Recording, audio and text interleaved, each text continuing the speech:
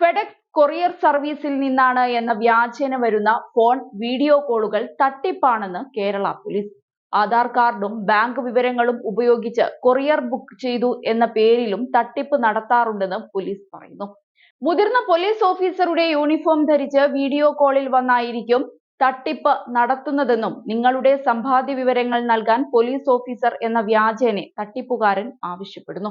നിങ്ങളുടെ സാമ്പത്തിക സ്ഥിതി മനസ്സിലാക്കുന്ന വ്യാജ ഓഫീസർ നിങ്ങളുടെ സമ്പാദ്യം മുഴുവൻ ഫിനാൻസ് വകുപ്പിന്റെ സോഫ്റ്റ്വെയർ ഉപയോഗിച്ചുള്ള പരിശോധനയ്ക്കായി അയച്ചു നൽകണമെന്ന് നിങ്ങളോട് ആവശ്യപ്പെടുകയും ചെയ്യും.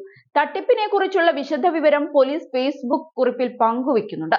ആ കുറിപ്പ് ഇങ്ങനെയാണ്: പെടലെ തട്ടിപ്പാണ് എന്ന് പറഞ്ഞാണ് പോസ്റ്റ് തുടങ്ങുന്നത് തന്നെ.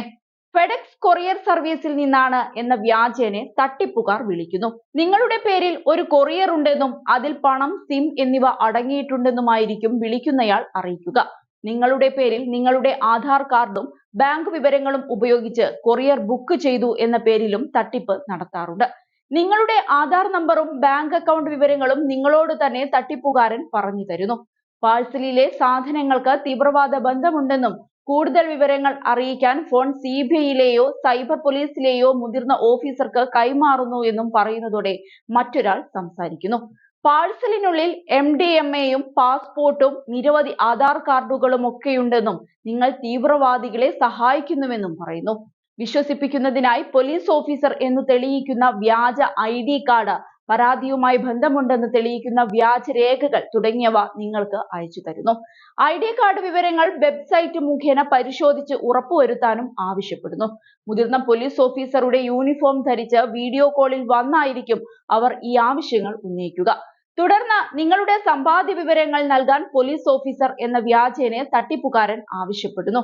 നിങ്ങളുടെ സാമ്പത്തിക സ്ഥിതി മനസ്സിലാക്കുന്ന വ്യാജ ഓഫീസർ നിങ്ങളുടെ സമ്പാദ്യം മുഴുവൻ ഫിനാൻസ് വകുപ്പിന്റെ സോഫ്റ്റ്വെയർ ഉപയോഗിച്ചുള്ള പരിശോധനയ്ക്കായി അയച്ചു നൽകണമെന്ന് നിങ്ങളോട് ആവശ്യപ്പെടുന്നു. നിങ്ങളെ വെർച്വൽ അറസ്റ്റ് ചെയ്തിരിക്കുകയാണെന്നും എങ്ങോട്ടും പോകരുതെന്നും തട്ടിപ്പുകാർ ആവശ്യപ്പെടുന്നു. ഭീഷണി വിശ്വസിച്ച് പരിഭ്രാന്തരായ നിങ്ങൾ അവർ അയച്ചു നൽകുന്ന ബാങ്ക് അക്കൗണ്ടിലേക്ക് സമ്പാദ്യം മുഴുവൻ കൈമാറുന്നു. തുടർന്ന് ഇവരിൽ നിന്ന് സന്ദേശങ്ങൾ ലഭിക്കാതിരിക്കുകയും ബന്ധപ്പെടാൻ കഴിയാതെ വരികയും ചെയ്യുന്നതോടെ മാത്രമേ തട്ടിപ്പ് മനസ്സിലാക്കാൻ സാധിക്കൂ. ഓൺലൈൻ സാമ്പത്തിക തട്ടിപ്പിനിരയായാൽ 1 മണിക്കൂറിനകം തന്നെ വിവരം 1930 എന്ന നമ്പറിൽ അറിയിക്കുക. എത്രയും നേരത്തെ റിപ്പോർട്ട് ചെയ്താൽ നഷ്ടപ്പെട്ട തുക തിരിച്ചു ലഭിക്കാനുള്ള സാധ്യത കൂടുതലാണ്. www.cybercrime.government.in എന്ന വെബ്സൈറ്റിലും പരാതി രജിസ്റ്റർ ചെയ്യാവുന്നതാണ്. ഏതായാലും പല വിധത്തിലാണ് ഇന്ന് തട്ടിപ്പ് നടക്കുന്നത്. ഇതിൽ വീണാൽ ജീവിതം തന്നെ സ്വാഹ. അതുകൊണ്ട് എല്ലാവരും സൂക്ഷിക്കുക.